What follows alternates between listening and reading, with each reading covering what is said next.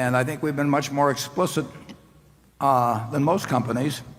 We are looking for people who are business savvy, shareholder oriented, and have a special interest in Berkshire.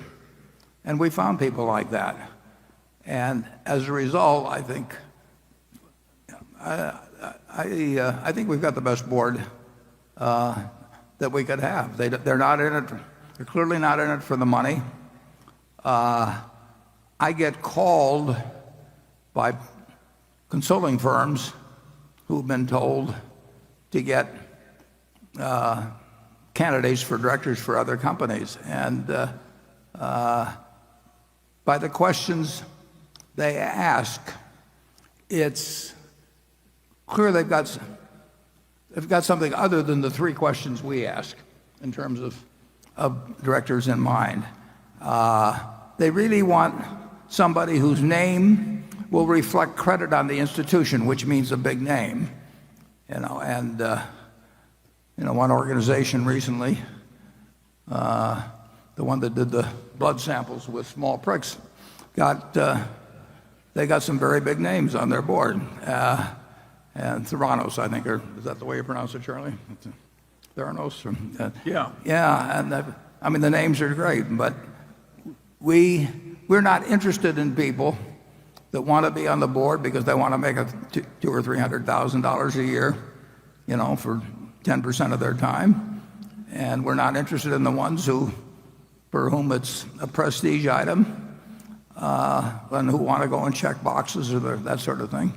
So I think we will continue to apply that test: business savvy, shareholder oriented, and with a strong personal interest in Berkshire. And every share of the Berkshire that our shareholders own, they bought just like everybody else in this room. They haven't gotten them on option, or they haven't gotten, I've been on boards where they've given me stock. I get it for breathing, basically. At half a dozen places that are maybe 3 or 4 that I was on the board of. We want our shareholders to walk in the shoes, our directors to walk in the shoes of shareholders. We want them to care a lot about the business, and we want to be smart enough so that they know enough about business that they know what they should get involved in and what they shouldn't get involved in. The people in the office, I'm hoping that when we take the Christmas picture again this year, they're exactly the same 25 that were there last year, even though we might have added 30,000 employees elsewhere and maybe 10 billion of sales or something like that. It's a remarkable group of people. And just take this meeting. Virtually every one of the 25, our CFO, my assistant, whoever, they've been doing job after job connected with making this meeting a success and a pleasant outing for our shareholders. It's a cooperative effort. The idea that you would have some department called annual meeting department, and you'd have a person in charge of it, and he would have an assistant, and then they would go to various conferences about holding annual meetings and build up, and then they'd hire consultants to come in and help them on the meeting. We just don't operate that way. And it's a place where everybody helps each other.